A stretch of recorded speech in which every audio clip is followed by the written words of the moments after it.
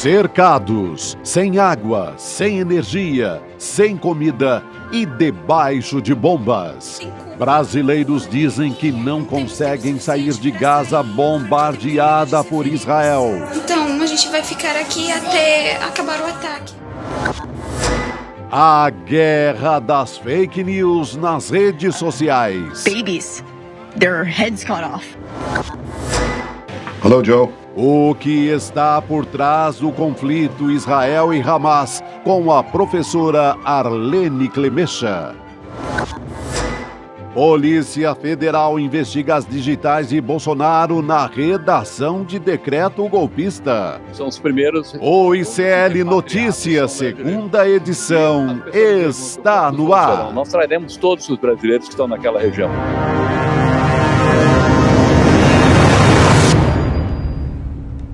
Olá, boa noite. Hoje é quarta-feira, 11 de outubro de 2023. Seja muito bem-vindo, seja muito bem-vinda. Você que chega aqui agora aos canais do Instituto Conhecimento Liberta, também Eduardo Moreira no YouTube. Estamos ao vivo hoje, que é véspera de quinta, véspera de feriado. Já dá para dizer quase, graças a Deus, é sexta-feira. Graças a Deus é quarta, dá para dizer? Quarta, graças a Deus é quarta. Mas, boa noite, na verdade, queridos. eu acho que é coragem, porque tem aí uma guerra. É, coragem, porque estamos em guerra. Não é só lá, não. A guerra reverbera aqui.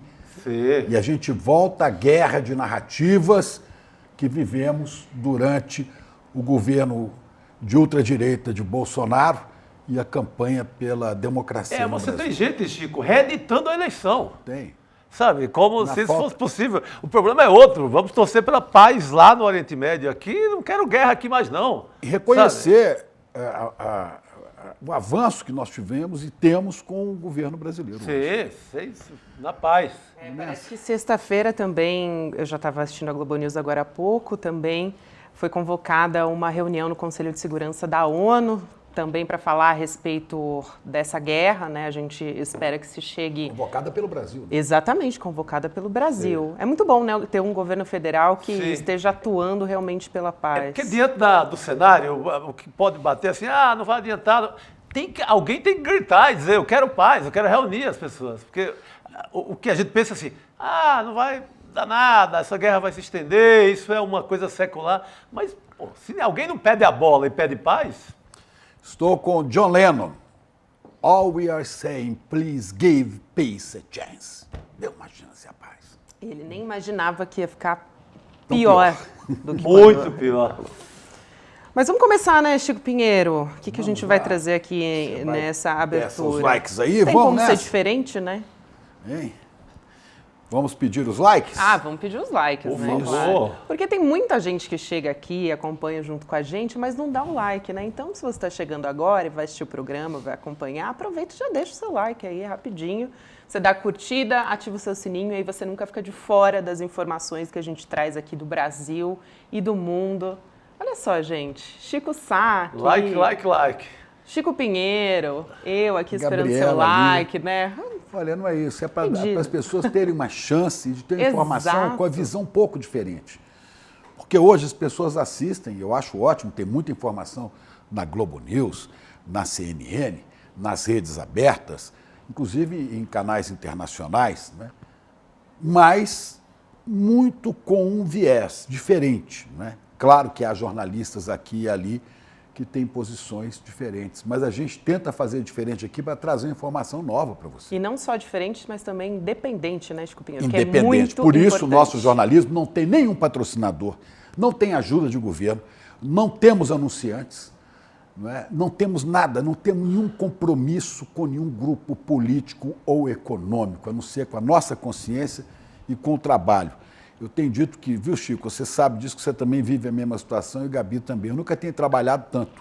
Eu tenho trabalhado mais ou menos 18 horas por dia, porque eu passo até de madrugada assistindo noticiários do mundo inteiro, lendo artigos e jornais do mundo inteiro, estudando história, inclusive dessa região do conflito, para trazer para vocês a informação. Até porque o assunto é muito complexo e exige da gente estudar. Exige, para a gente não falar bobagem e para a gente não servir, né, de reverberadores de posições que não ajudam a construir a paz. Eu vou começar aqui lembrando o general Juracy Magalhães, que lá em 1964 foi nomeado pelo primeiro governo da ditadura militar, Castelo Branco, embaixador do Brasil nos Estados Unidos. E havia uma política americana, estadunidense, hostil a países da América Latina que não estivessem sob o seu tacão. E Juracy Magalhães, embaixador do Brasil em Washington, soltou uma frase que até hoje está na história. O que é bom para os Estados Unidos é bom para o Brasil. Será? Será que o que é bom para os estadunidenses é bom para os brasileiros? Se não, vejamos. O primeiro-ministro de Israel, Benjamin Netanyahu, falando da resposta aos ataques, aos atos terroristas do Hamas, disse: eu vou responder, e é uma vingança, vou dar uma resposta que vai ficar na história por gerações. Ele condena a sua violência, não só 2 milhões de pessoas que estão na faixa de Gaza, como todas as crianças e seus descendentes, dada a resposta vingativa dele. Olha, eu não estou passando pano para Hamas, minha irmã estava me cobrando, mas é um grupo terrorista. Eu falei, calma, porque a ONU não considera grupo terrorista. A BBC de Londres recebeu uma determinação do governo britânico de chamar o Hamas de grupo terrorista. E os jornalistas da BBC dizem, não vamos chamar isso de grupo terrorista. Isso não ajuda a paz. Isso ajuda a discursos fanatizados da extrema-direita, inclusive brasileira, que querem botar lenha na fogueira. Querem colocar o povo palestino, principalmente da faixa de Gaza, né, sob as ações de ódio dos israelenses e da comunidade internacional. Não vão conseguir. São atos do Hamas que são atos coerentes com terrorismo. Sim, são. Como há outros atos na história de grupos que cometiam atos parecidos com terrorismo. Não quer dizer que sejam terroristas. E cobraram que o presidente Lula tinha que denunciá-los como grupo terrorista. Eu quero só chamar a atenção para 2 detalhes. O presidente Lula segue buscando a paz. Quando você chama um lado do conflito de terrorista, sendo que o outro não é tão livre desse tipo de acusação, porque comete atos também terroristas contra o povo palestino há muitos anos, você não ajuda na paz. E o pior, você dificulta relações que o Brasil precisa ter para que essas pessoas, brasileiros inclusive, que estão na faixa de Gaza, possam ser salvos dessa tragédia que você vê aqui, se abate sobre essa população pobre, miserável, trancada, cercada por muros em Gaza. Então Netanyahu disse, por gerações vão se lembrar da minha ação. Muito bem. O presidente dos Estados Unidos, o Biden, disse, estamos com Israel, de uma maneira praticamente incondicional. É automático, né? É. E olha, e os cidadãos americanos perguntaram ao Biden, que estão lá na região. Ele falou, não, cada um tem que sair de lá. Mas como? Não, cada um que busque sua saída comercial, voo comercial, né? Imagina se o governo brasileiro desse esse recado aos 1.600 evangélicos que estavam em Israel, que estão em Israel nesse momento. Parte já voltou, a maioria ainda está lá. Imagina a situação. O mundo se acabaria. Pois é, e muitos evangélicos estão dando hoje, inclusive, o sogro do meu cunhado, né, que é um pastor e que estava lá, e chegou hoje no primeiro voo, ele só viria amanhã, chegou no primeiro voo, e eu tenho certeza que estão falando graças a Deus sempre, mas graças à ação efetiva e rápida do governo brasileiro. Fosse o anterior, talvez dissesse, como disse, diante de 700 mil mortos. Eu não sou coveiro. Talvez dissesse, não vai buscar os brasileiros, eu não sou piloto. Era bem provável que falasse. A resposta seria essa, viu, Chico? Ou algo parecido. Pois é. Enquanto o Biden diz que apoia incondicionalmente o governo de Israel, manda porta-aviões para a região para ameaçar toda a região com o poderio militar estadunidense. Enquanto o Biden manda armas para lá, nosso presidente pede paz e diálogo e evita rotular este lado ou aquele, na sua sabedoria de negociador, como propôs diálogo no conflito Rússia e Ucrânia, né? E vem propondo. Esta é uma máxima dele. Eu quero lembrar que, enquanto o Biden diz que os americanos que se virem, os que estão lá, o presidente Lula foi o primeiro a retirar concidadãos daquela região.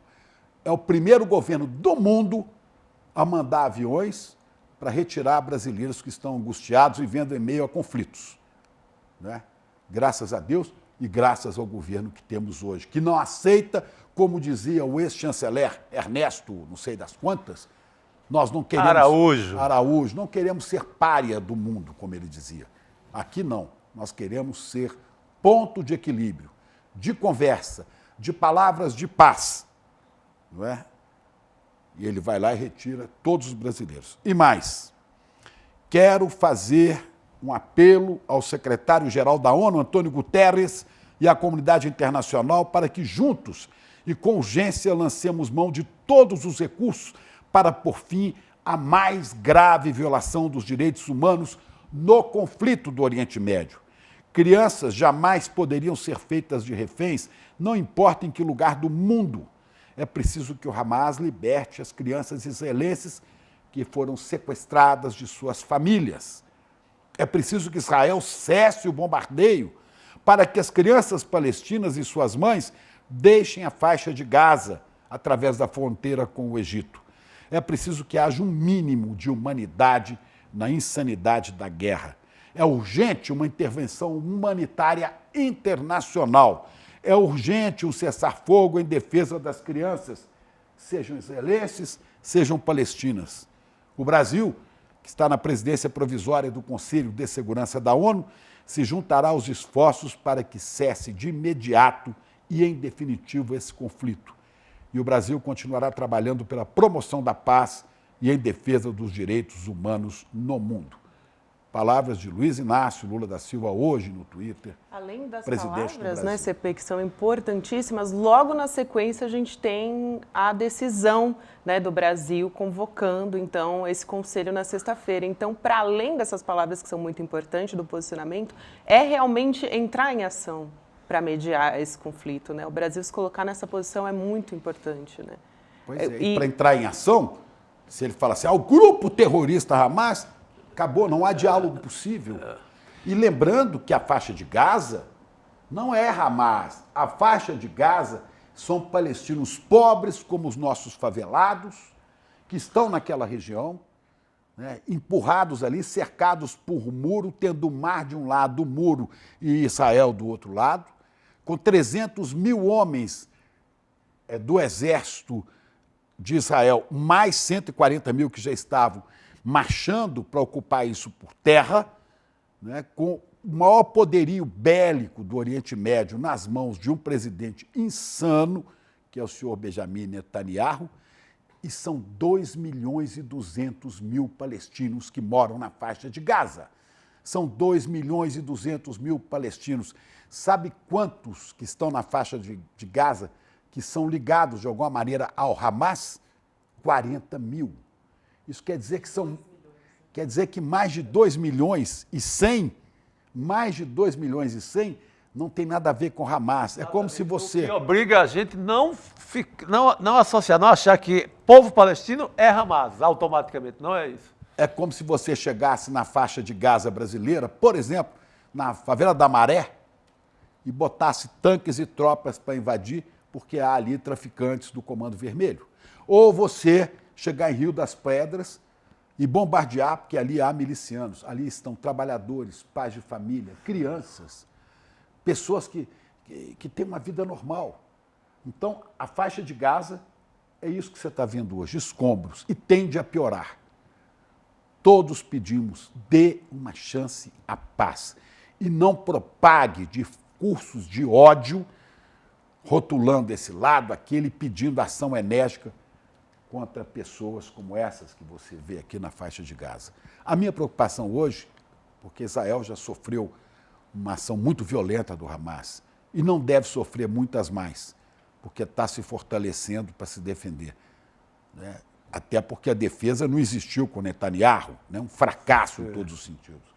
Agora, é preciso que a gente volte os olhos para esse povo desesperado, angustiado, pobre, ferrado, que está na faixa de Gaza. São 2.200.000 palestinos que moram ali.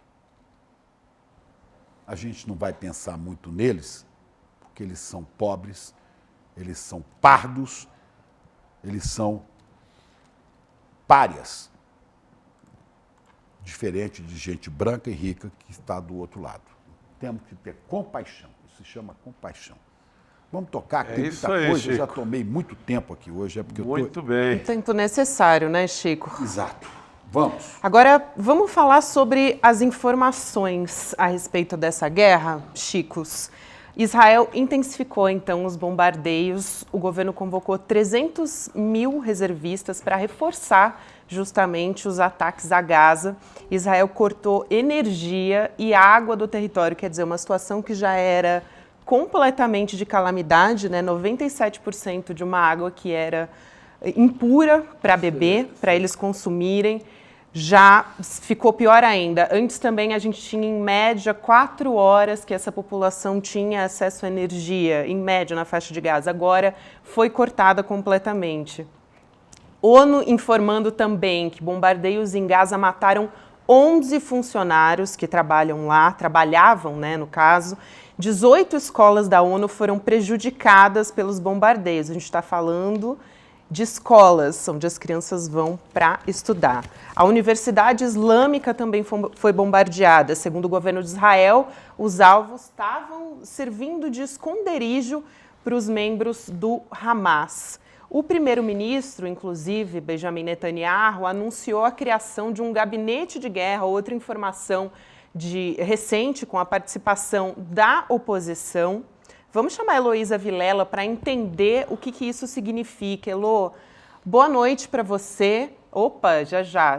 Temos Heloísa já. Enquanto isso, eu vou atualizando a história aqui dos funcionários da ONU. Gabi, o que se vê é a promessa do Bibi sendo cumprida. Isso, sendo concretizada. Vai ser realmente um ataque para gerações. Vingança. Como a gente nunca viu. E quando o Lula chama a ONU, quando há essa preocupação, no mínimo, que tenha a velha, parece contraditório, mas há uma ética de guerra. Há um manual da ONU que diz hospitais não, tem que atender, tem que ter comida, tem que ter corredores humanitários, por exemplo, para os brasileiros saírem pelo Egito. Então, a reivindicação no momento é só essa.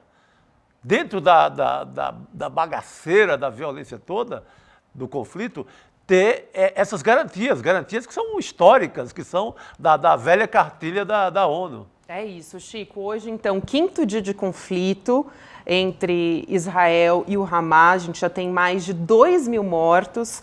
E, então, a gente teve a criação de um gabinete de guerra. Isso chama atenção, né? Não é um gabinete de crise, é um gabinete de guerra. Isso quer dizer, Elo, boa noite agora sim para você, que os bombardeios, esse cerco no entorno de Gaza, então, da faixa de Gaza, está ainda pior do que os últimos dias que a gente vinha se falando? A gente não te ouve, Elo. Vamos só corrigir o som da Elo. Agora sim. Agora, Elo. Agora sim.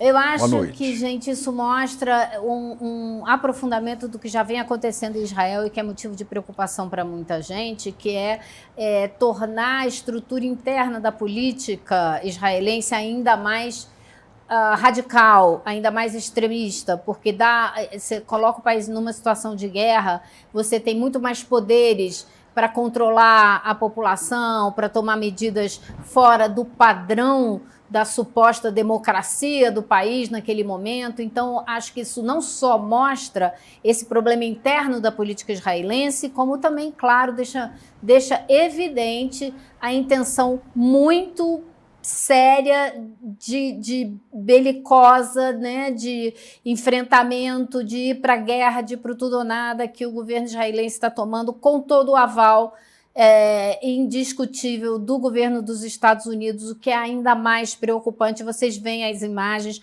como que várias regiões da faixa de Gaza já estão. Vocês imaginem o que serão essas imagens daqui a 2 ou 3 dias se essa situação continuar. Por isso é que não pode, essa situação não pode continuar. O mundo tem que dizer não, tem que dizer basta, tem que dizer chega, né? Eu estava conversando com um analista da região do Oriente Médio e que trabalhou no governo do Isaac Rabin, participou das negociações de paz. Ele está desesperado justamente por isso, por ver que um ator que seria muito importante nesse momento está totalmente do lado da continuidade da guerra. E eu queria apontar uma coisa para vocês que ele falou. Ele disse o seguinte: muita gente pelo mundo afora se pergunta, Joe Biden não é aquele que ficou falando para todo mundo, botando o dedo na cara de todo mundo e dizendo vocês têm que ficar do lado do povo ucraniano, vocês têm que ficar contra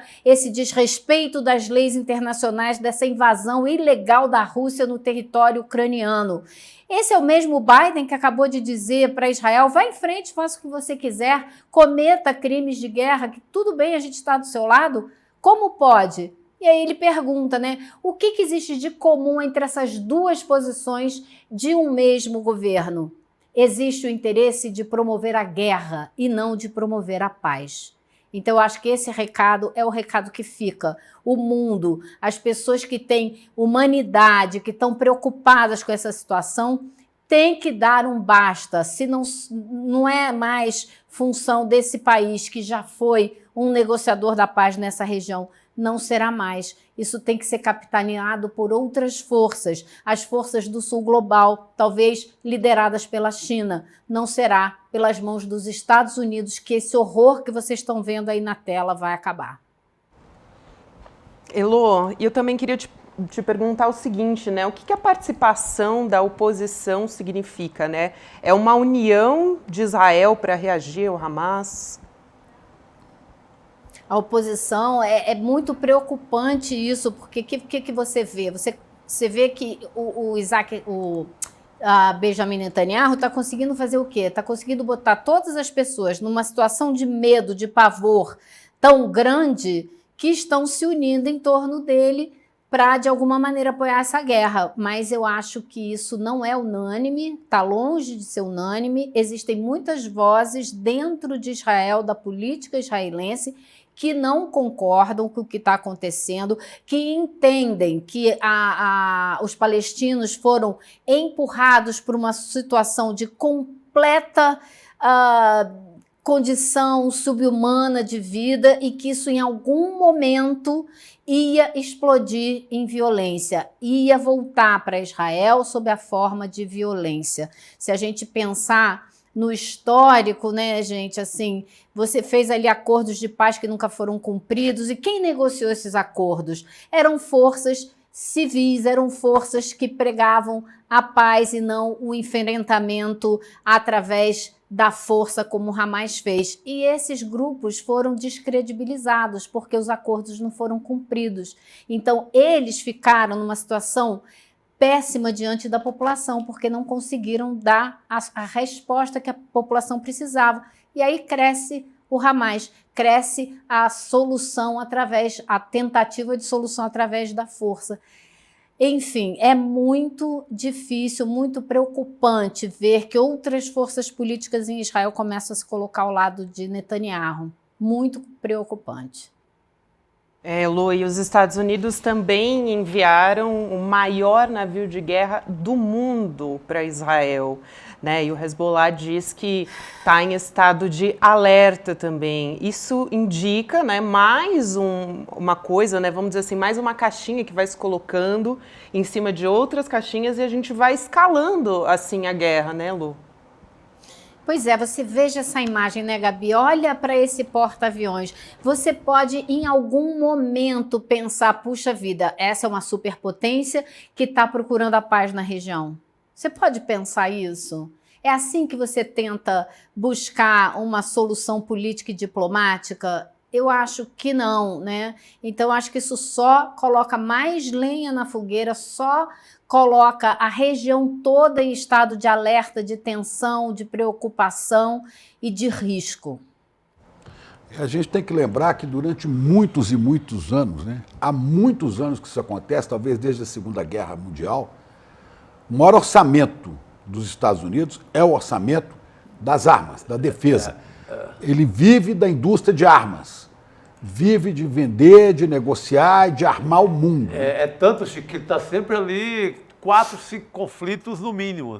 Só que agora ele tem, digamos, 2 grandes guerras, né, Lô? Não é mais só um conflito de menor porte aqui, na África, outro no Oriente Médio. Agora ele tem o Israel e tem Ucrânia. Ele tem 2 braços ali gigantes, nos quais está gastando muito dinheiro.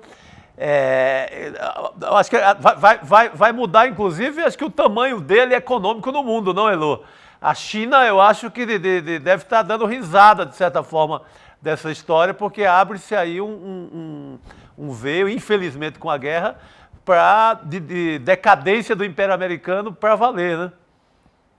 Pois é, a gente sabe que guerra movimenta a economia também, né? Gera emprego, movimenta a economia, e os Estados Unidos vêm se apoiando nessa indústria bélica há muito tempo como um dos principais mercados, ou um dos grandes empregadores, né? O Pentágono, a estrutura do Pentágono e tudo isso. Mas eu acho que isso vai ter limite, né? Vai chegar uma hora que é impossível, porque os Estados Unidos já estão se apoiando num endividamento interno cada vez maior que já está ficando difícil de sustentar. Então, se você vê esse movimento de vários países, que ainda é pequeno, mas já está começando a acontecer, de fazer trocas comerciais nas suas próprias moedas, de não passar mais pelo dólar como moeda referência para comércio entre outros países, se isso começar a descredibilizar o dólar como a âncora para a economia mundial, como eles vão sustentar essa dívida interna que eles têm cada vez maior? Então, acho que assim, é bastante preocupante, e os Estados Unidos deveriam estar buscando uma outra solução, porque essa solução de continuar promovendo guerras, apostando em conflitos armados, me parece que não vai levar a economia americana muito mais longe. Agora, com certeza, como me disse esse analista hoje, isso mostra que os Estados Unidos não são um agente responsável no cenário internacional, que será preciso surgir um ou outros agentes que sejam mais responsáveis e que pensem na segurança e na humanidade do nosso planeta. Agora, Elô e Chicos, vamos falar também sobre a situação dos brasileiros por lá, que também preocupa muito, né? A gente também está nesse processo de resgate. Hoje surgiram relatos dos brasileiros em Gaza que estão contando a dificuldade para deixar realmente o território. A brasileira Shahed Albana, de 18 anos, está em Gaza e mandou de lá um apelo. Vamos assistir esse vídeo. Os israelenses ligaram para minha avó para dizer para ela que a gente tem que esvaziar a casa porque eles vão atacar ela. Ou hoje ou amanhã, a gente não sabe. Faz 4 dias que a gente saiu de casa, só que eles ligaram mesmo assim para confirmar o ataque. Estamos na casa da minha tia e eles ligaram para o marido da minha tia agora há pouco, dizendo que eles vão atacar uma casa bem do lado aqui da casa dela, onde estamos agora. Tem aqui mais de 20 pessoas, a maioria é mulheres e crianças. Todos são inocentes, que não têm culpa. Não temos tempo suficiente para sair, porque temos um medo de ser feridos. Então, a gente vai ficar aqui até acabar o ataque. A gente fica mal assistindo uma coisa dessa, né? Tem na coluna da Mônica Bergamo também o brasileiro Hassan Rabi, disse que a comida está acabando, a água já acabou, a energia também e não tem como sair de lá. Ele diz o seguinte: infelizmente estamos na maior prisão do mundo. A única saída pela cidade de Rafah foi destruída num ataque de Israel ontem, terça-feira ele estava se referindo. Desde então, o Egito fechou a fronteira no local. Não temos como sair. Você ia falar. É incrível como que toda a grande imprensa, né, ocidental tem os olhos voltados para Israel. E pouquíssima gente está vendo o que está acontecendo na faixa de Gaza e que parece vai acontecer. Olha só, o Netanyahu avisa, nós vamos atacar, e avisa, como se fosse bonzinho, vocês têm que sair daí. Velho, sair para onde? Sair para o mar? Porque para trás não dá, atrás tem os muros e tem o exército de Israel. Sair para o Egito, a fronteira está fechada.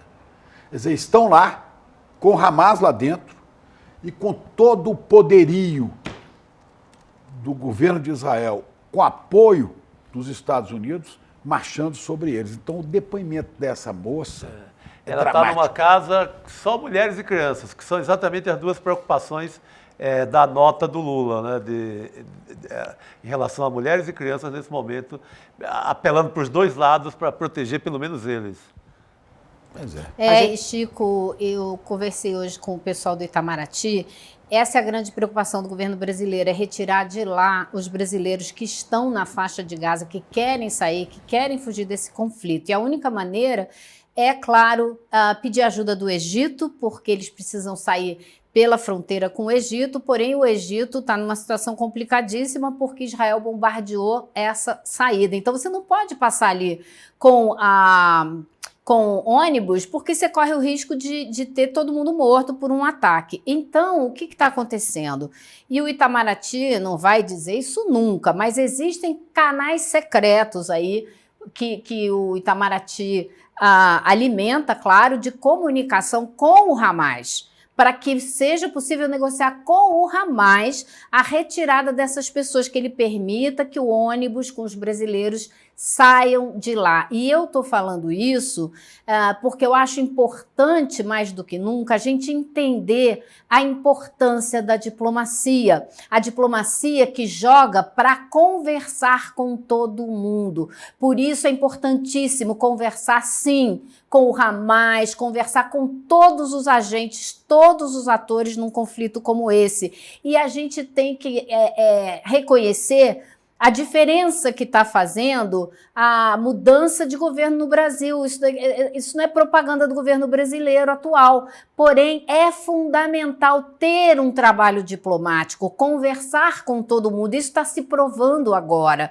porque se não houvesse uma maneira, um canal secreto que seja para entrar em contato e tentar negociar isso, como que você teria a menor chance de tirar esses brasileiros dessa situação? Então, eu só estou falando para ressaltar isso, né, gente? Porque a gente viu aí 4 anos de negação da diplomacia e da política. E isso tem que acabar. Quando a gente vê agentes aí da extrema-direita sem entender absolutamente nada do que é esse conflito, ficar promovendo e exigindo que o governo simplesmente chame de terrorista o Hamas.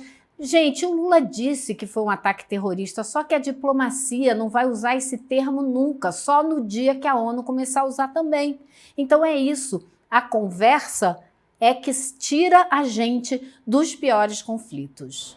A conversa que não é alimentada quando você rotula um lado de terrorista. Sim. Falar de terrorismo por terrorismo, se você for ver ações da autoridade de Israel, né, do governo de Israel, sobre palestinos ao longo dos últimos anos, várias delas você vai classificar como terroristas. Nem por isso você vai dizer que o governo de Israel é um governo terrorista. Mas você tem que deixar isso no plano diplomático para a ONU. A ONU classifica, é uma classificação antiga, está lá. E lembrando, Velo, a gente já disse aqui, a BBC, os jornalistas da BBC receberam uma orientação, uma ordem do governo britânico.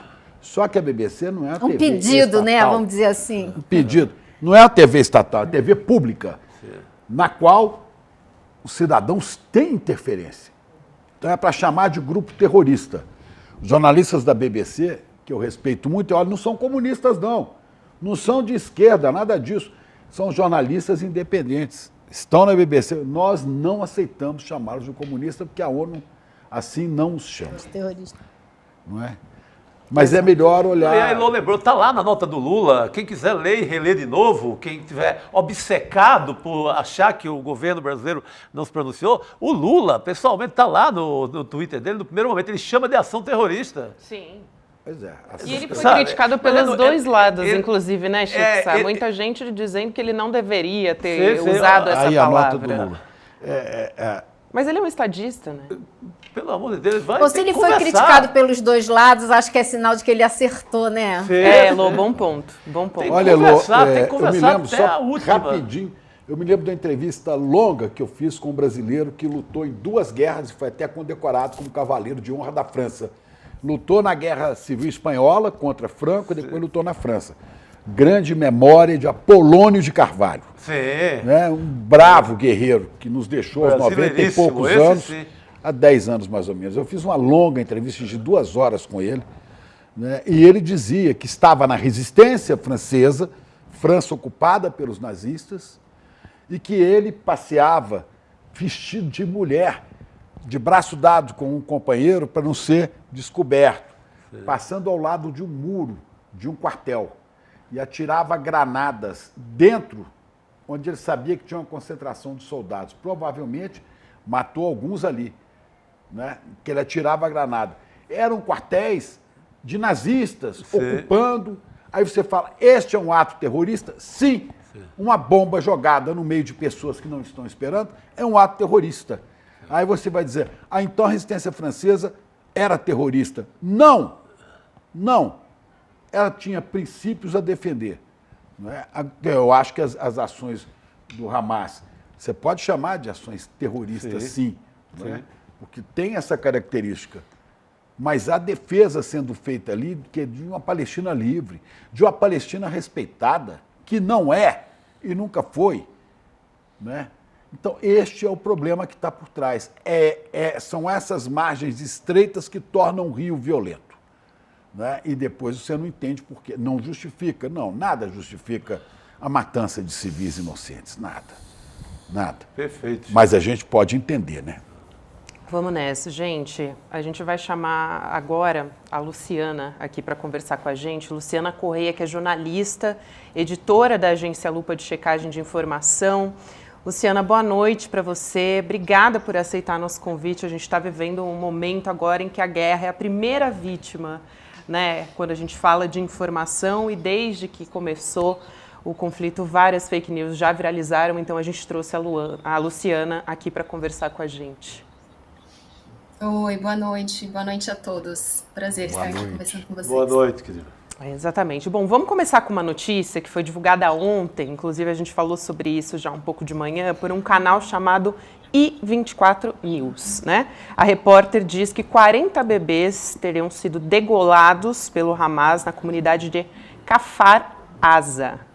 Detalhe, o próprio exército de Israel não confirmou essa informação, tá? A gente tem aqui um vídeo para a gente entender melhor todo esse contexto. Vamos assistir.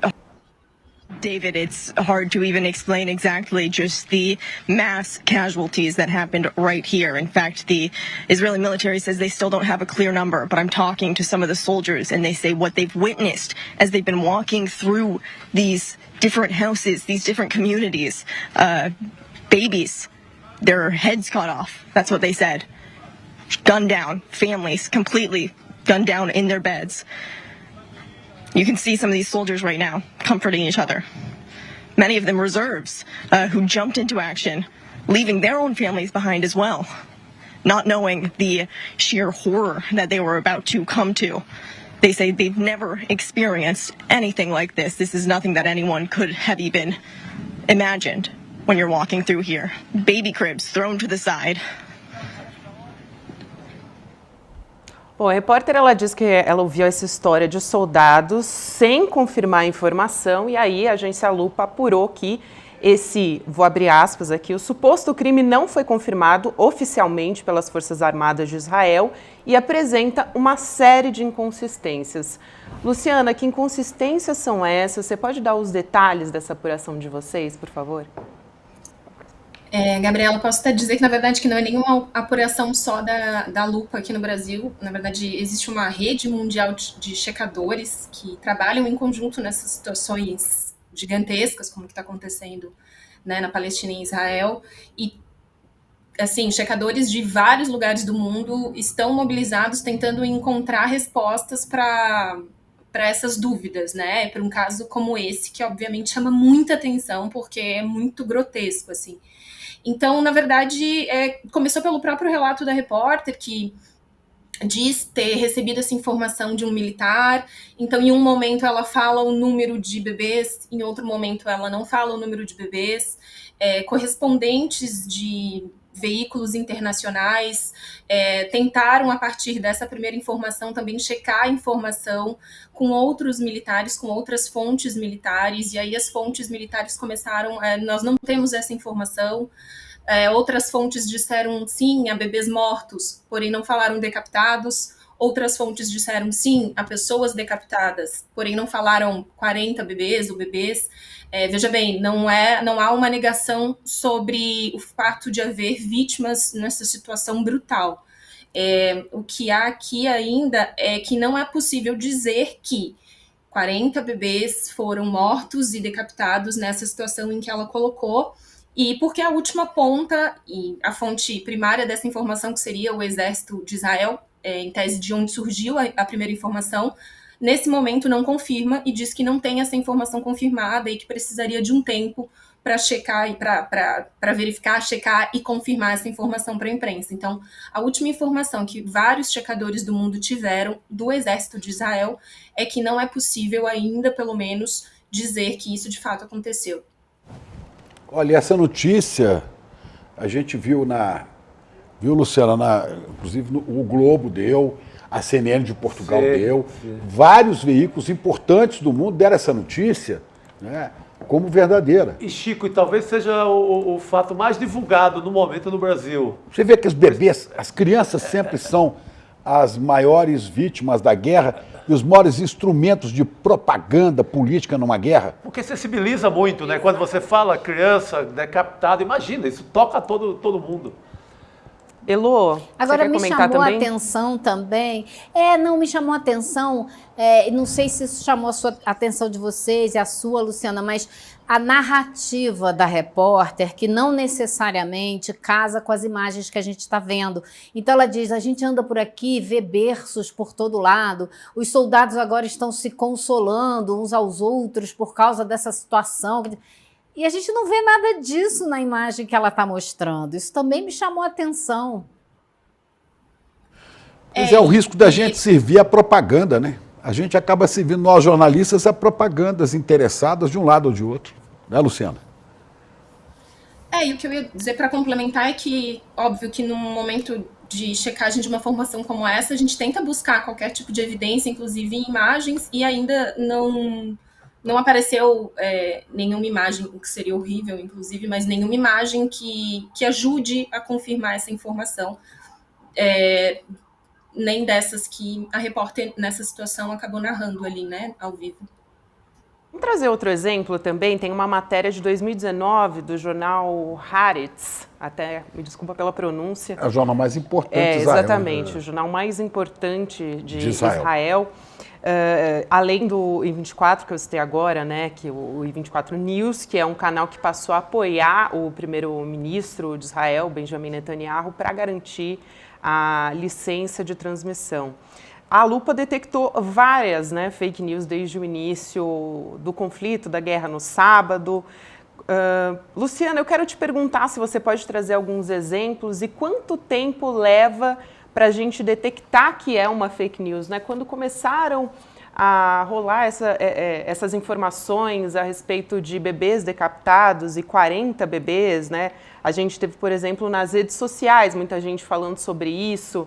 E aí gerou um movimento realmente dos jornalistas tentarem descobrir, aqui também foi assim, inclusive, no ICL, da gente tentar buscar pela veracidade dessa informação, né? Então, queria que você falasse um pouco a respeito disso. Inclusive, a gente tem um vídeo aqui mostrando paraquedistas como sendo militantes do Hamas descendo em Israel, só que esse vídeo, na verdade, ele foi feito no Egito, numa academia militar. Então, só para dar mais um exemplo antes de passar a palavra para a Luciana. Aí a gente está vendo o vídeo. Só mais um aqui que acabo de receber. Boa. Do nosso companheiro aqui, o Calejon, né? Então, ele tá lembrando aqui, olha só, que na guerra do Golfo tem o caso da Nairá. uma jovem do Kuwait que foi ao Congresso dos Estados Unidos testemunhar que as tropas de Saddam Hussein estavam matando bebês em incubadoras. Sim. Muito parecido com essa história. Depois foi provado que era... só... Chico, Não, ela não era apenas uma jovem do Kuwait, ela era filha do embaixador do Kuwait. E a história Nos foi Estados toda Unidos. inventada e ela contou diante do Congresso dos Estados Unidos. Isso foi tomado como um motivo para o George Bush pai dar início à Primeira Guerra do Golfo. Ela é filha do embaixador do Kuwait nos Estados Unidos. E fala, Sim. quer dizer, como dizia, citei ontem, o pai da tragédia grega, o Ésquilo, né? A primeira vítima de uma guerra é verdade. Não, aí você pula para as armas químicas do Iraque, então... Que justificaram o o massacre do Iraque. O que não né? falta são exemplos desse tipo. Tem outro exemplo aqui da própria Lupa, eu vou trazer alguns para a Luciana poder ir comentando. Um outro vídeo que pegou um discurso do líder do Hamas, o Mahmoud al-Zahar, com uma tarja dizendo supostamente que iria exterminar o mundo. Enquanto isso, a nossa produção vai colocando aqui na tela. Só que esse discurso, na verdade, ele era sobre os objetivos do grupo, né? Olha aí, agora a gente está vendo. A gente tem também muita fake news aqui no nosso país, no Brasil. Circulou uma foto do presidente Lula com o presidente do Irã, como se fosse um líder do Hamas, e na verdade não era, esse que a gente está vendo agora aqui na tela. Uma foto que dizia que o deputado Guilherme Boulos posava para uma foto com militantes do Hamas, também, obviamente, era uma imagem falsa. Enfim, Luciana, a gente quer te ouvir a respeito disso, por favor. Bom, Gabriela, sobre o tempo, depende, assim, né? Algumas coisas são muito fáceis de serem verificadas, inclusive através de algum buscador na internet, assim, né? Como a identidade de algumas pessoas. Acontece bastante, assim, de circularem essas informações falsas, atribuindo uma identidade a uma pessoa que não é dela. E aí as pessoas reproduzem. Então, às vezes, pode ser muito fácil a gente dizer que essa pessoa não é essa pessoa que você está falando, né? Como ali no caso do presidente Lula. Então, às vezes, pode ser muito rápido a gente desmentir um boato como esse. Infelizmente, às vezes, a gente desmentir a informação correta, ela não se propaga com a mesma velocidade que a falsa. E, às vezes, pode ser muito demorado, como nesse caso dos 40 bebês, que a gente ainda, na verdade, não tem uma conclusão. No momento, a gente só pode dizer que não podemos confirmar ainda. E como um outro caso também, que inclusive a gente vai publicar na Lupa em breve, a gente ainda também tá terminando de checar, mas é um caso que está desde segunda-feira circulando, que também está envolvendo checadores do mundo todo, que envolve um vídeo com crianças dentro de uma gaiola. É um vídeo que tem circulado muito e que é atribuído ao Hamas. O Hamas teria sequestrado crianças e colocado dentro de uma gaiola. E checadores do mundo todo, através de um trabalho assim, muito meticuloso mesmo, de identificação de vídeos, de busca de vídeos, de identidade do idioma, do sotaque, conseguem chegar a confirmações. E o que a gente sabe até o momento é que esse vídeo, ele não foi gravado, não foi feito, ele foi feito antes do dia 7, enfim, antes de de estourar o conflito. Então, esse é um vídeo potencialmente falso, que a gente está terminando de checar, mas que está sendo checado desde segunda-feira, né? A gente já está quase na quinta-feira, porque, assim, são muitos detalhes, muitas informações, às vezes o vídeo não está mais disponível, então é um trabalho de 3 dias, que envolve gente do mundo inteiro, para desmentir uma informação que já está circulando aí há 3 dias. Às vezes é muito, muito difícil mesmo. E é difícil também porque as pessoas que consumiram esse vídeo falso, muitas vezes elas não vão saber, depois elas não vão ter, não vão atrás da notícia, na verdade, de que esse vídeo era falso, ou essa notícia não chega até elas mesmo, porque essas informações circulam principalmente por rede social. Então, o impacto da notícia falsa, acho que também é muito grande por conta disso, né, Luciana? Porque é muito mais fácil espalhar notícia falsa do que você ir lá e falar, olha, não, gente, essa notícia aqui é falsa. Quantas pessoas Exatamente, que consumiram já era, né? E acontece até de alguns grupos não lutam nada por desmentir aquilo, porque é uma imagem que os conforta, que se identificam com aquilo, então, com o que propagaram. Além de pessoas politicamente mais fanatizadas, tem pessoas mais idosas que só veem aquilo que interessa lá na televisão, assiste aquilo e fala, é assim, ainda discute, mas não tem mais informação do que isso, não busca, eu me sinto na obrigação de buscar, checar tudo que eu consegui.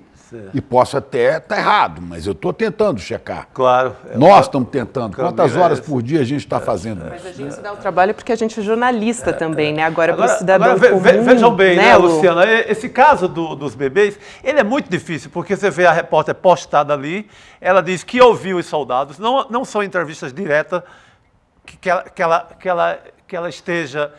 a repórter esteja com o soldado naquela hora, então você não tem a voz do soldado, você tem ouvir agora dos soldados, você não tem quem disse, é muito vago e o material é muito forte. Sem contar o envolvimento emocional da repórter em campo ali também, ela está claramente muito emocionada quando ela dá essa informação também. Sim, que ela está na guerra, é difícil não estar emocionado, mas é o ouvir dizer, e o material, o que ele traz, o conteúdo, seja verdade ou mentira, é muito forte e é muito fácil de pegar. 40 bebês decapitados. Pode ter coisa até pior. Sim, óbvio. Uma guerra, você pode ver dos dois lados ações de terror, de pavor, coisas horrorosas. Mas esse caso aí que alimenta uma vingança contra o povo palestino, parece mesmo ser falso. Eu nem afirmo que é falso, mas tudo indica que é falso. A lupa vai nos dizer em breve, né, Luciana? Olha, fosse verdadeiro, essas imagens, por mais pavorosas que fossem, já estariam sendo usadas pelo governo de Israel e por seus seguidores para demonizar. Não é? Isso eu acho que é uma boa indicação de que pode não ser verdadeira essa informação. Agora, Luciana, eu queria te perguntar uma coisa que pode parecer óbvia, mas talvez não seja tanto. Se esses momentos de conflito, né, uma guerra, se é muito mais difícil checar e se a proliferação de mentiras é muito maior ou não? Olha, eu posso te dizer que nesse caso específico, a gente está desde o início da semana, né? Enfim, pós-fim de semana, trabalhando num ritmo grande, assim, recebendo muito, né? A gente tem recebido centenas de pedidos todos os dias e, de fato, a gente ainda não tem dados suficientes para dizer o quanto isso está se difundindo. A gente está muito focado em conseguir desmentir o que é possível verificar, o que é possível verificar. Mas, pelo que a gente percebe, sim, está se espalhando, não só aqui no Brasil, né, no mundo todo a gente percebe, e um indício também é a dedicação dos checadores internacionais, dessa rede internacional de fact-checking, que está todo mundo muito focado trabalhando nisso. Então, assim, de fato, tem muita informação sendo disseminada ao redor do mundo inteiro a respeito disso, imagens antigas que são trazidas para esse contexto, alguma imagem até de videogame, né, Luciana? Pessoa. Exato, tem muita, enfim, todo tipo das mais que parecem simples, né, até as mais complexas como essa.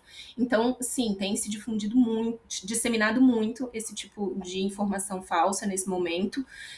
Eu não posso traçar aqui um comparativo com outras situações, mas essa semana realmente isso tem circulado muito aqui no Brasil. Tem também os bebês na gaiola, imagino que vai ser, né, quando chegar a inteligência artificial junto com isso, gente. Meu Deus. Vocês viram também as fotos das crianças, né, dos bebês na gaiola também ali? Sim. Tá mostrando agora ao ar livre, né, enfim, mostrando como se fosse também uma imagem da guerra, né, Luciana? Você também chegou a fazer uma apuração sobre isso também? Isso, a gente está apurando ainda, mas a gente, essa é um fato também que desde segunda-feira está sendo checado pela comunidade internacional de checadores, e o que se sabe até agora é que é potencialmente falso, assim, a gente está terminando de apurar, mas a informação que alguns checadores internacionais já tiveram, enfim, constataram, é que esse vídeo ele é anterior ao início do conflito no sábado. Então, isso, enfim, por só já mostra que não tem a ver com o conflito. Então, a informação, né, associando a isso ao conflito, ela já é falsa. Luciana, que é possível, é possível. Né? A guerra tem esses horrores. Como disse o presidente Lula, a insanidade da guerra. É uma coisa enlouquecida, né? Fanatizada. É possível? É. Agora, já notou que curioso que essas imagens que nos chegam sempre são imagens que vêm de um lado. Qual lado? O lado de Israel. Vem do lado favorável a Israel, demonizando não só o Hamas, os palestinos. Isso é que é muito grave. Pode ser verdade? Pode. Muitas coisas horrorosas podem ser verdade. Mas do lado de Israel, as violências de Israel, a gente pouco vê. Sim. Por quê? Porque os jornalistas que estão na faixa de Gaza não são das grandes redes, não estão lá. Aliás, 8 jornalistas foram assassinados em bombardeios de Israel na faixa de Gaza. 8 jornalistas. Também foi bombardeada não sei se uma tenda, uma central da Cruz Vermelha. Escolas foram bombardeadas. Isso é crime de guerra. Isso aconteceu e acontece agora dentro da faixa de Gaza. Crime de guerra. Mas disso a gente ouve falar pouco. Né? Pouca informação. E isso alimenta traz a guerra para dentro do Brasil e realimenta aquela chamada guerra de narrativas que a gente viu no ano passado, durante o período das eleições, né? Que era a nossa guerra pela civilização contra a barbárie. Parece que isso volta a alimentar essa guerra e, na falta do que dizer, os fanáticos da ultradireita brasileira, bolsonaristas, se valem disso para tomar um partido e dizer que... usa e abusa disso aí. Usa e abusa. Luciana Correia, jornalista, editora da Agência Lupa, de checagem de informações aqui no Brasil, tem feito um trabalho conjuntamente com muitos outros jornalistas do mundo todo. Muito obrigada, Luciana, por esclarecer aqui essas informações. Já são tempos muito difíceis, a gente não precisa de mais fake news, né? É muito difícil. Um grande abraço para você, Luciana. Obrigado, Luciana. Obrigada, Gabriela, Luciana. Sim. Agora sim, te ouvimos. Desculpa, só queria reforçar justamente isso, assim, a gente não tá aqui negando que a violência existe, óbvio que existe, e justamente por ela já existir, o nosso trabalho é para evitar que outras sejam criadas através de mentira, né, e difundidas. Então, acho que também fica aqui o pedido nesse momento, acho que o meu papel é, antes de compartilhar uma informação que você não tem a mínima ideia de onde saiu, pensa um pouco. Também tem muita informação, muita imagem muito chocante sendo compartilhada, imagens muito impactantes. Então, acho que as pessoas podem colocar um pouco a mão na consciência antes de ficar reproduzindo pela emoção, dar uma pensar 2 vezes antes de ajudar a disseminar conteúdos que talvez não sejam verdadeiros. É isso, Luciana. Boa, perfeita a sua recado. colocação. Um abraço grande. Até a próxima. A gente convida agora para participar aqui junto com a gente a professora Arlene Clemecha, de História Árabe da USP. Professora, boa noite para você. Seja muito bem-vinda ao ICL Notícias, segunda edição. Eu já começo perguntando, professora, porque eu sei que a senhora vai ter um tempo curtinho com a gente, sobre a normalização, talvez seja essa a palavra, das relações de Israel com países árabes.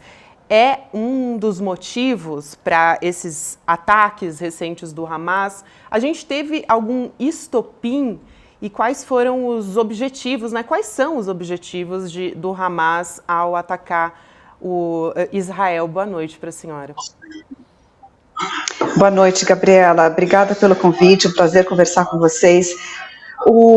Dificilmente na história a gente tem uma causalidade única para um evento como esse que estamos vendo.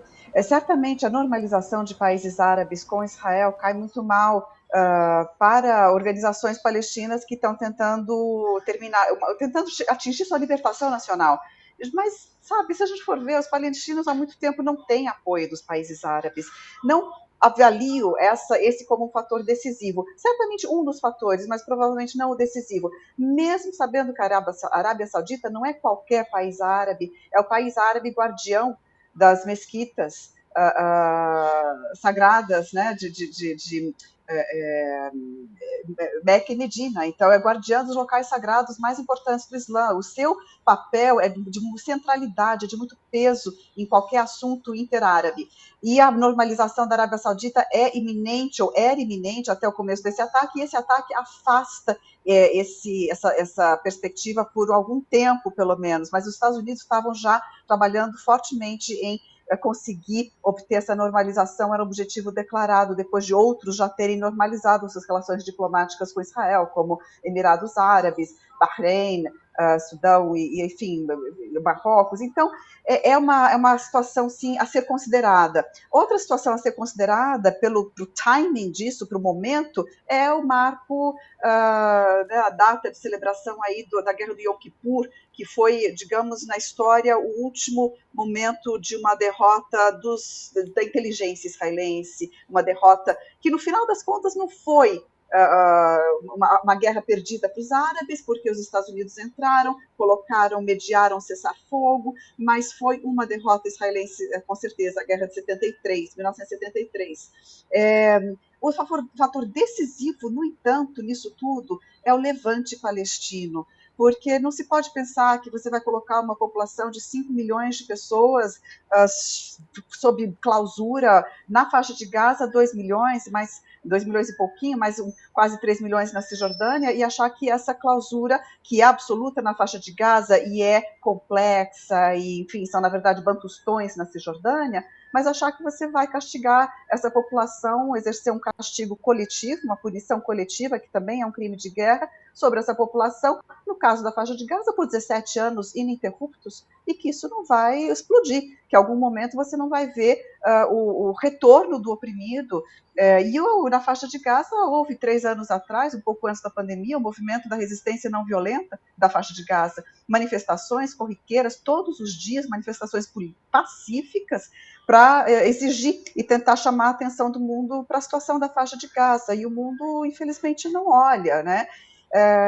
E mesmo essas manifestações pacíficas foram recebidas com violência por parte da guarda, das forças militares israelenses nos seus postos de controle, no muro que cerca essa faixa de Gaza, que é um território de 10 por 40 quilômetros, minúsculo, portanto, com 2 milhões de habitantes e sem condições de vida há muito tempo, 17 anos, com um encerramento que controla rigorosamente, que deixa pouquíssimo alimento entrar, sair, pessoas para saírem, por exemplo, eu tenho um colega acadêmico que para sair de lá levava 2 anos para conseguir sair, preparar sua viagem, conseguir a permissão. Então, eu vou encerrar por aqui para devolver para vocês, mas essa situação é, no final das contas, a primordial, é realmente um levante que nesse momento assumiu a forma de um ataque militar por parte de Hamas sobre o território israelense, com lastimáveis perdas de vidas de todos os lados.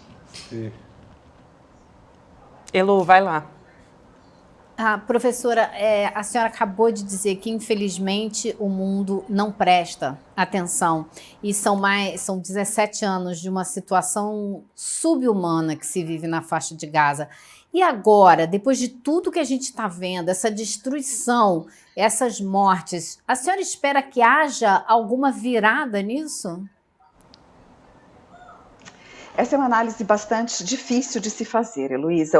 Claro que a minha esperança é que sim, que nesse momento, através da violência toda causada, o que é lamentável que se tenha chegado a esse ponto, mas que isso force os países, a comunidade internacional, o Conselho de Segurança da ONU, a implementar, primeiro, um cessar-fogo, mas segundo, não só um cessar-fogo, um caminho para se atingir uma situação de justiça, porque só a justiça para a população toda ela, seja palestina, judaica, todos têm que ter seus direitos resguardados, mas no momento a gente está falando exatamente de uma situação que parte da falta de direitos para os palestinos e não para os israelenses.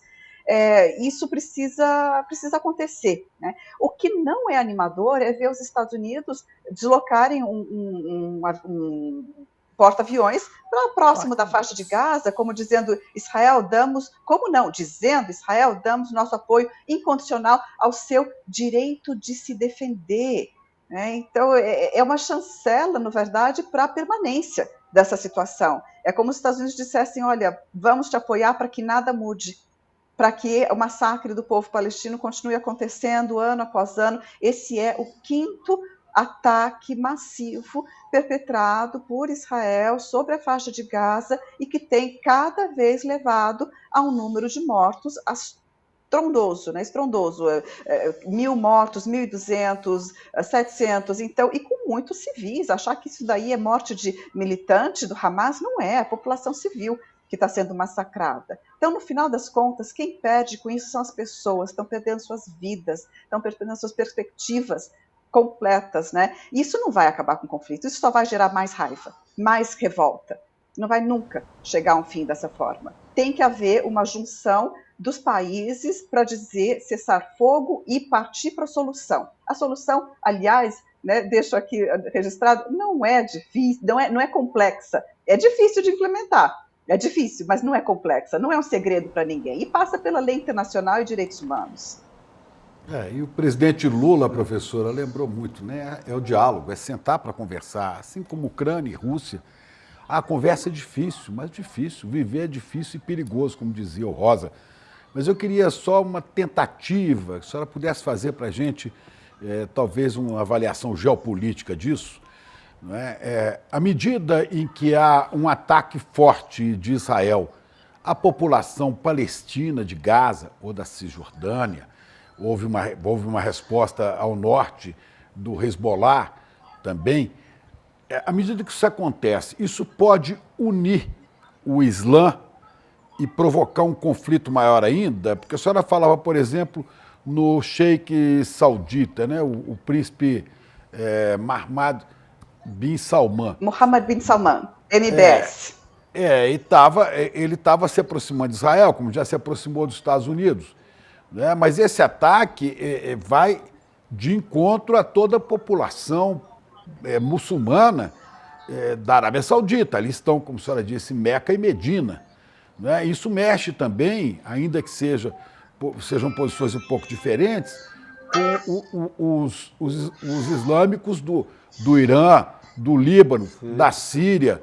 Quer dizer, eu não sei se isso pode aumentar o conflito, a violência do exército de Israel contra cidadãos palestinos. O que a senhora acha disso? O que a senhora imagina? Que cenário a senhora imagina?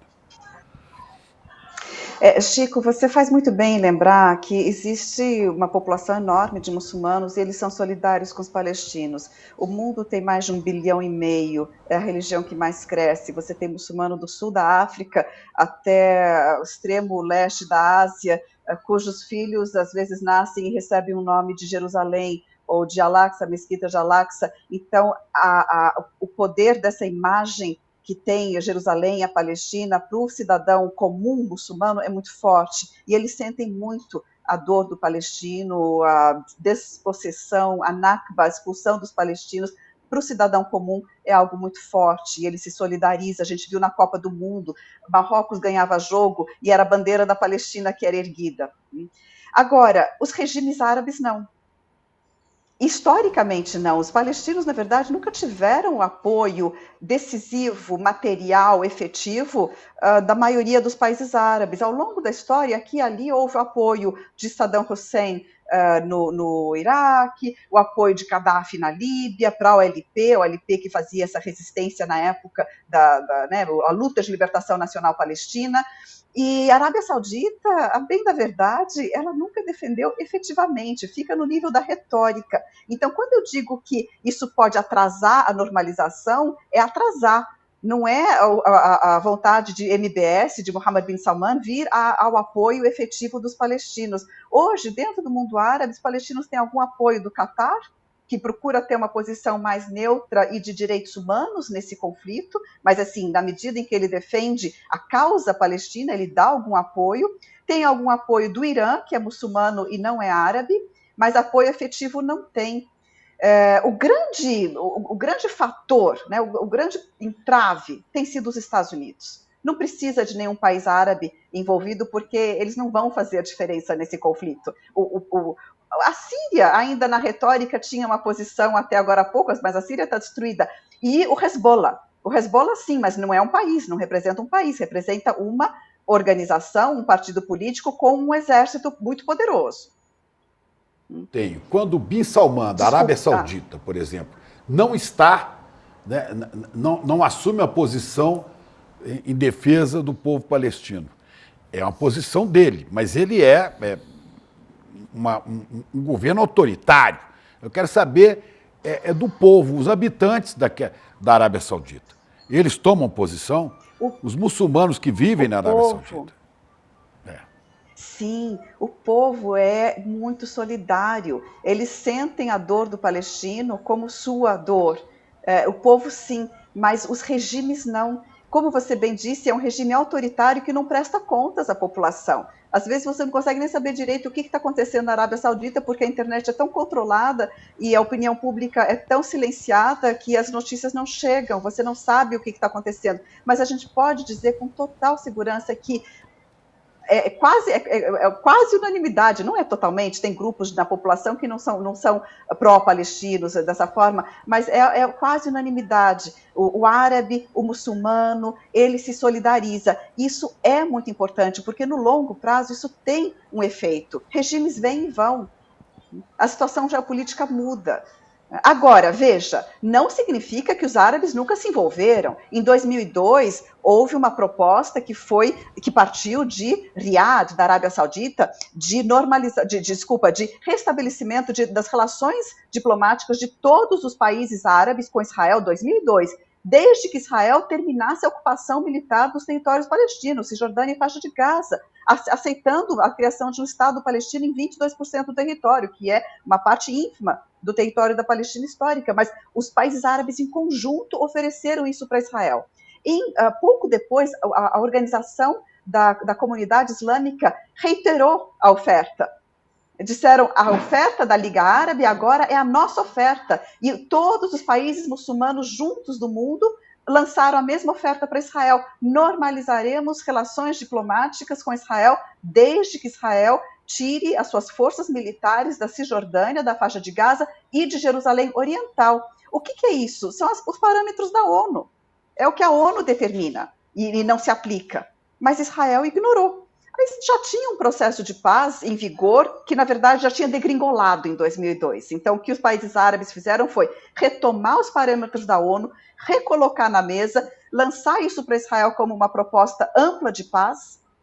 E Israel ignorou, sequer respondeu a Liga Árabe e depois sequer respondeu a organização, o representante maior de todos os países islâmicos, né? A Organização dos Países Islâmicos. Então, só que daí a partir para uma defesa de entrar num jogo, né, de entrar numa guerra, de enviar tropas, isso os países árabes, que seria algo, né, como está se discutindo hoje, será que essa guerra lastra? Isso seria muito difícil de ver, né? Isso, colocar a si próprio, né, no terreno, com o seu exército, para defender os palestinos. Isso, portanto, é difícil a gente ver uma guerra regional direta, apesar de que a característica hoje tem sido sempre guerra por procuração. Então, grupos, né, o incentivo a grupos para que esses grupos façam a guerra no lugar dos países. Isso é algo que tem sido uma característica das guerras regionais no momento, nesse período histórico. E o Hezbollah já se envolveu, né? Sim, Chico Sá, rapidinho. Professora Aline, eu queria saber uma questão simples, assim, porque eu tenho visto várias opiniões. Eu queria saber a relação povo palestino-Hamas. É 100% fechado? Há discordância? Como é esse cenário no momento, professora? Não é 100% fechado, não. O que acontece é que, dentro do espectro dos partidos políticos palestinos, você tem toda uma gama de partidos laicos. Então, o Fatah, a FDLP, que é a Frente Democrática pela Libertação da Palestina, FPLP, outros partidos menores, toda a esquerda palestina, dentro de um guarda-chuva que se chama OLP, a Organização pela Libertação da Palestina. O grande líder histórico, vocês mencionaram, Yasser Arafat. Mais tarde, isso desde a década de 60, esses partidos surgiram e têm desenvolvido. Mais recentemente, na década de 80, é que começaram a surgir os partidos islamistas, ou seja, partidos que também defendem a causa nacional, mas ao mesmo tempo tem uma plataforma islamista, ou seja, defende a islamização da sociedade, e isso não é, essa pauta islamista não é unanimidade. Aliás, tem muito cristão entre os palestinos, mas veja, dizer que um partido é islamista e defende a islamização da sociedade não significa defender conversão de cristão. É preciso entender isso, que a islamização significa que a sociedade que é muçulmana se torne mais piedosa. É isso que significa, né? Agora, o que, na verdade, hoje está colocado não é o caráter islamista do Hamas, que é, por sua vez, uma derivação da Irmandade Muçulmana do Egito, e sim o fato de que o Hamas é aquele partido que, após a degringolada das forças que foram apaziguadas no processo de Oslo e que ingressaram no processo de paz de Oslo e foram controladas nesse processo, ou seja, a OLP em geral, né, menos FDLP e tal, mas o Fatah e a autoridade palestina que foi criada no processo de Oslo na década de 90, então isso tudo deixou de levar a causa palestina, porque eles foram, de certa forma, apaziguados, domesticados nesse processo de paz. Só que a revolta palestina continuou porque não foi respondida. A justiça não foi feita, os assentamentos continuaram se expandindo, as condições de vida continuaram se deteriorando. Então, o que surgiu como liderança? Surgiu Hamas. Então, hoje, não é que a população esteja fechada com Hamas, mas não tem outro partido forte que se coloque. Junto com Hamas está o Jihad Islâmico. Mas são dois, mas bem menor. Então, são esses dois partidos islâmicos que estão na liderança do movimento de libertação nacional. Por quê? Porque os outros foram apaziguados no processo de paz e não representam mais. É importante algum dia também tratar esse processo de paz, as armadilhas dentro deles, mas, enfim, de maneira resumida, é isso. Né? Não é que esteja fechado, mas não tem outro representando esse anseio de liberdade do palestino. É isso, professora Arlene Clemecha, que é professora de História Árabe da USP. Muito obrigada pelo seu tempo, pela sua didática, professora. Seja sempre bem-vinda aqui.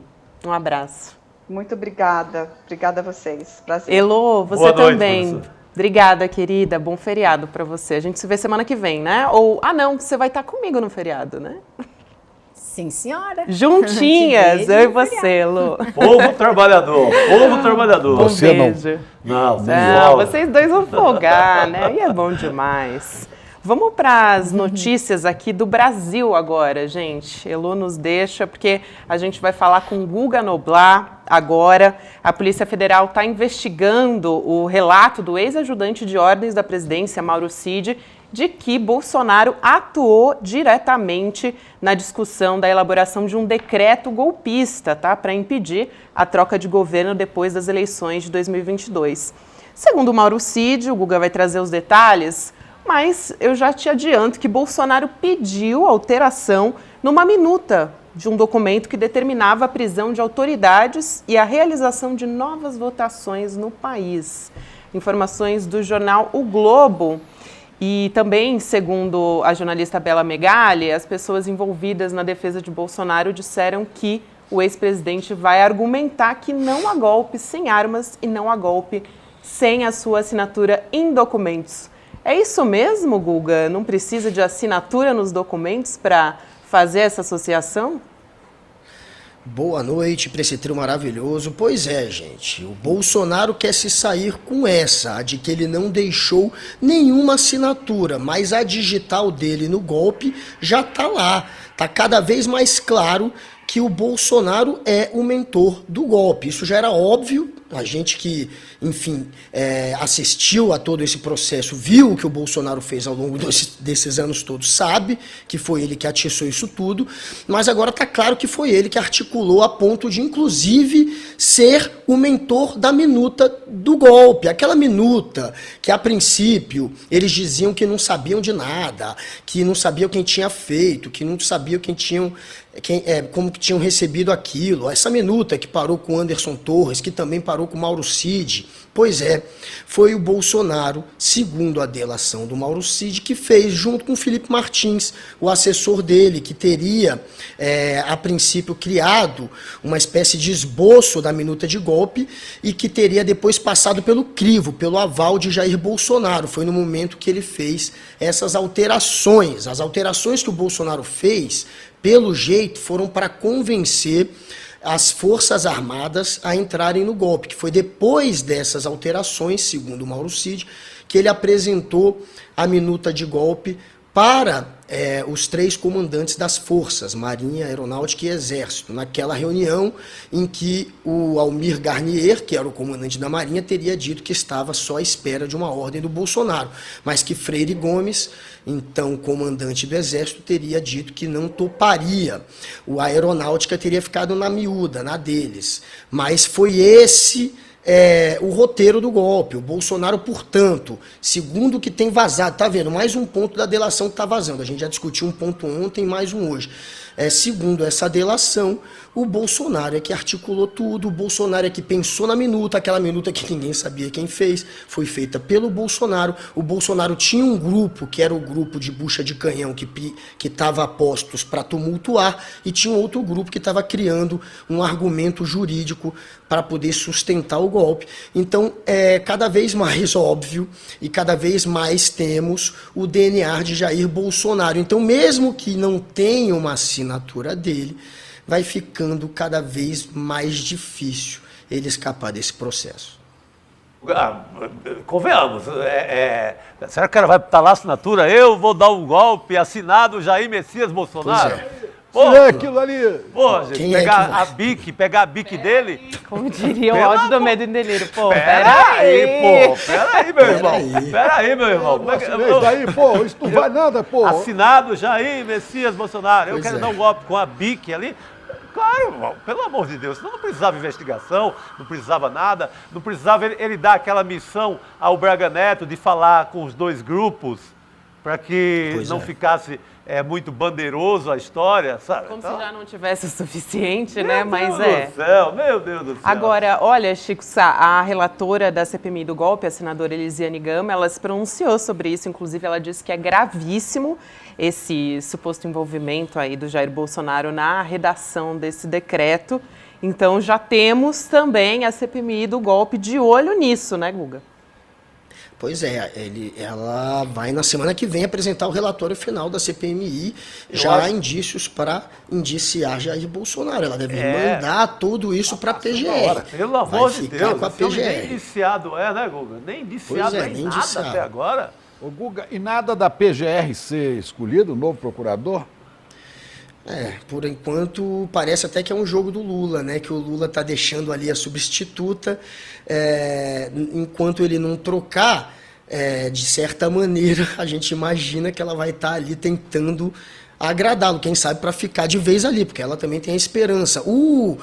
Ele demorou, né?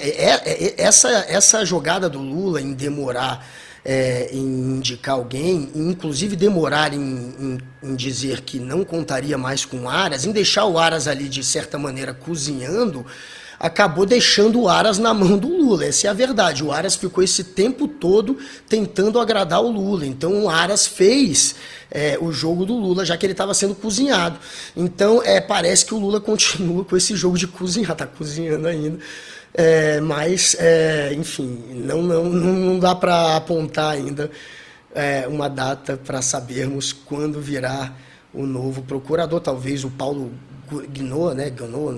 O sobrenome dele, Guinot, é o favorito, mas enfim, não tem ainda uma perspectiva de quando isso vai ser decidido. Mas o Aras estava na mão do Lula, agora o Aras está numa situação pior, porque o Aras agora está na mão de quem vai escrever história, dos historiadores. E a história dele não é nada boa. Você viu que ele saiu? Ele escreveu um livro. Tem um livro, não é o livro do Aras, fazendo uma defesa que salvou gente da Covid. Que salvou... O Jairzinho. Por favor, né, pelo amor de Deus. Ele está tentando deixar, né, o legado dele a partir do grito, né, mas ele não vai ganhar no grito. Quem vai escrever a história já está escrita.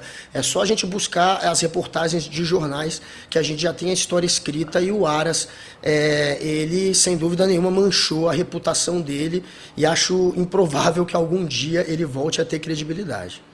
E o livro é bancado pelo próprio MPF, pelo Ministério Público Federal. Pô, nem procurar uma editora, né? Já que, pelo amor de Deus, ainda teve que pagar a mentira. Dinheiro nosso, dinheiro público.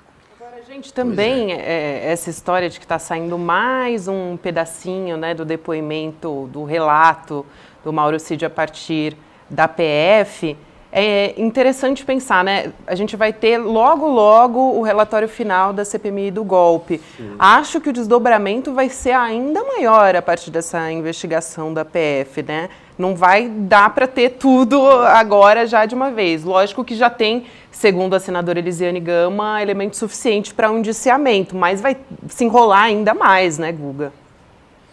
Pois é, a CPMI, ela, apesar de ter começado com uma imagem muito manchada, ela conseguiu reunir ali um conjunto de elementos, de documentos, de situações a partir dos depoimentos que foram colhidos ali, que desenham que o golpe aconteceu, que foi montado pelo Bolsonaro, e aponta para ele, aponta para a gente no entorno dele.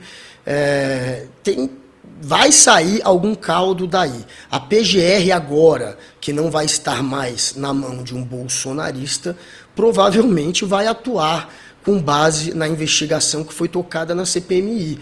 Então, não vai ficar fácil não, nem para Bolsonaro e nem para alguns generais, que eu acredito que a Elisiane Gama, ela não vai amarelar, não. Ela não tem esse perfil, ela está sendo bem guerreira aí nessa CPMI, então eu acho que ela vai para cima de alguns nomes graúdos, sim, e a gente pode ter um relatório bem interessante, dando a oportunidade da PGR realmente partir para cima desses que são claramente os mentores do golpe. E a delação do Mauro Cid é o Zé Fini da história, porque Mauro Cid e Braga Neto, como a gente está vendo, até pela delação do Cid, eram os mentores junto com Jair Bolsonaro. Era um núcleo muito pequeno que estava organizando. Tinham aqueles outros núcleos separados, de gente que estava ali pensando numa forma de dar o golpe, tinha militares ali no meio, tinham políticos também, mas os cabeças que estavam articulando esses grupos, né, que realmente estavam entendendo todo o funcionamento da história, pelo jeito é Braga Neto, Mauro Cid e Jair Bolsonaro. E o Braga Neto era aquele que fazia esse papel de continuar atiçando o acampamento golpista. O Bolsonaro, ele queria manter o acampamento golpista porque ele estava à procura de uma desculpa que convencesse a população de que tinha tido fraude na eleição. Então, como ele ainda tinha a esperança de arrumar alguma desculpa, alguma lorota sobre fraude, ele precisava manter o acampamento, ele não podia desarticular. Por isso que ele nunca fez nenhum gesto para desarticular, e por isso que o Braga Neto fazia esse papel de ir lá e de alimentar a esperança dos golpistas, chegando inclusive a dizê-los para não perder a fé. Então esse é o núcleo, pelo jeito, duro do golpe. É isso aí, Guga. Bom feriado para você, então, querida. A gente se vê na sexta-feira, né? Estaremos juntinhos na sexta-feira, emenda de feriado. Vamos nessa. Sexta-feira é nóis, galera. Boa noite aí para esse trio maravilhoso. Boa noite, Guga. Bom, minha gente, antes de terminar, eu queria fazer aqui Na verdade, a gente já teve um spoiler de manhã, né? Mas para a nossa audiência, eu quero contar que a semana que vem a gente vai ter aniversário. Super aniversário do ICL. Tô sabendo. Exatamente. Além da gente, né? A gente tem os nossos convidados especiais, que são os nossos ICLers, queridos, né? A nossa audiência, a nossa comunidade ICL. São 3 anos, gente, fazendo uma verdadeira revolução na educação, agora também no jornalismo, com o ICL Notícias. A gente tem novidades e anúncios também incríveis que a gente quer contar para vocês. A gente está muito empolgado. 230 cursos, é uma universidade via internet. Caramba, vamos ver o vídeo do aniversário? 230 só com professores top de linha, Chico. para quem quiser acessar. Né? É isso aí. Vamos ver o vídeo de aniversário. Segunda-feira que vem, galera, vai ter... Não é que é uma novidade, não.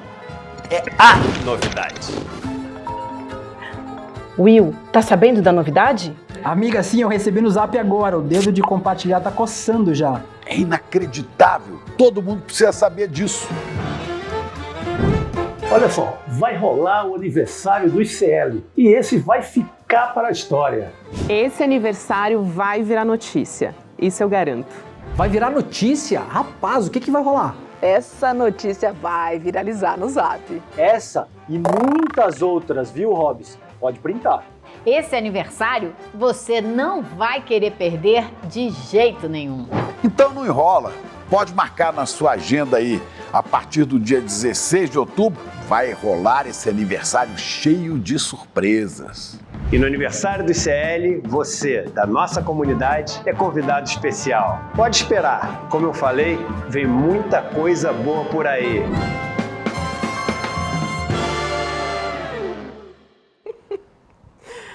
Olha, eu vou dizer uma coisa pra vocês.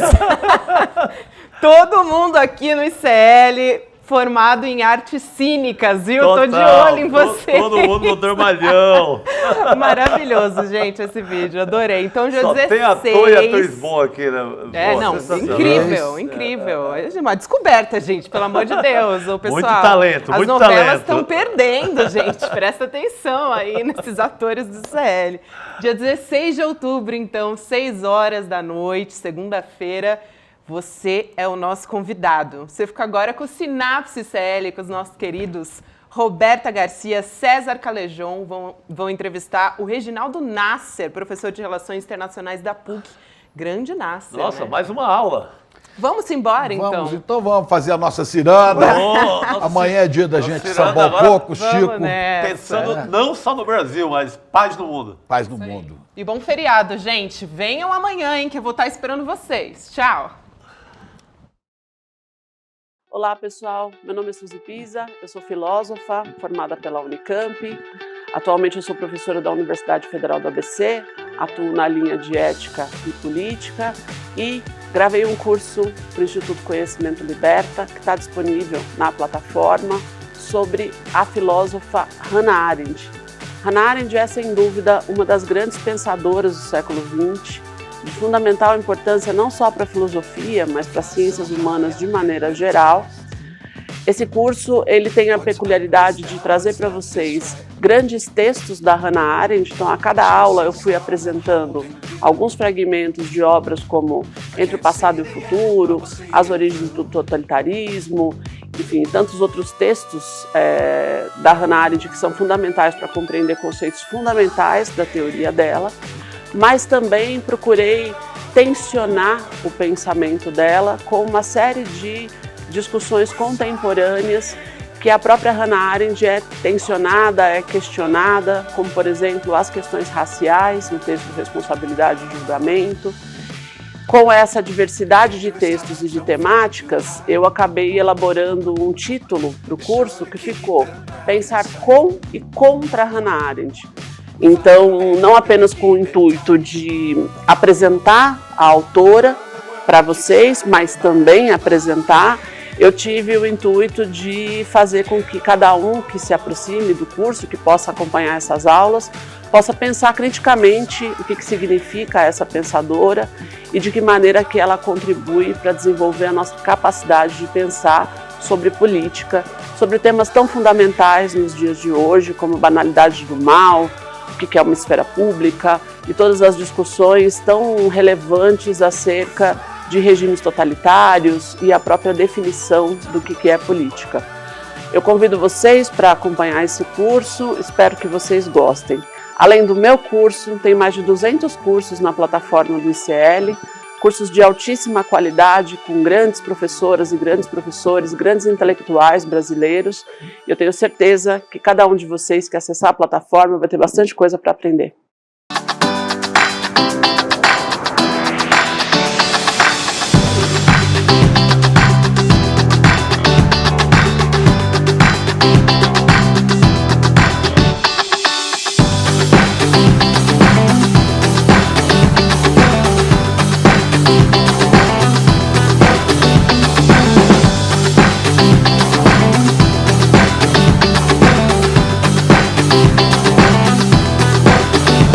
liberdade de expressão é o preceito fundamental que organiza a nossa República Federativa.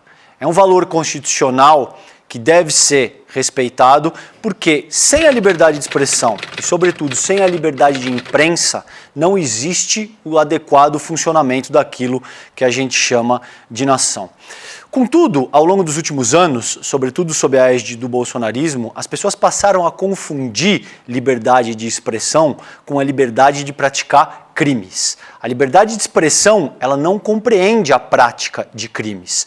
Com isso bem estabelecido, fica evidente que respeitar a liberdade de expressão, principalmente quando aplicada para a liberdade da imprensa, é absolutamente fundamental para que a gente tenha o bom andamento da República e que a gente consiga manter os valores que sustentam o nosso Estado democrático de direito.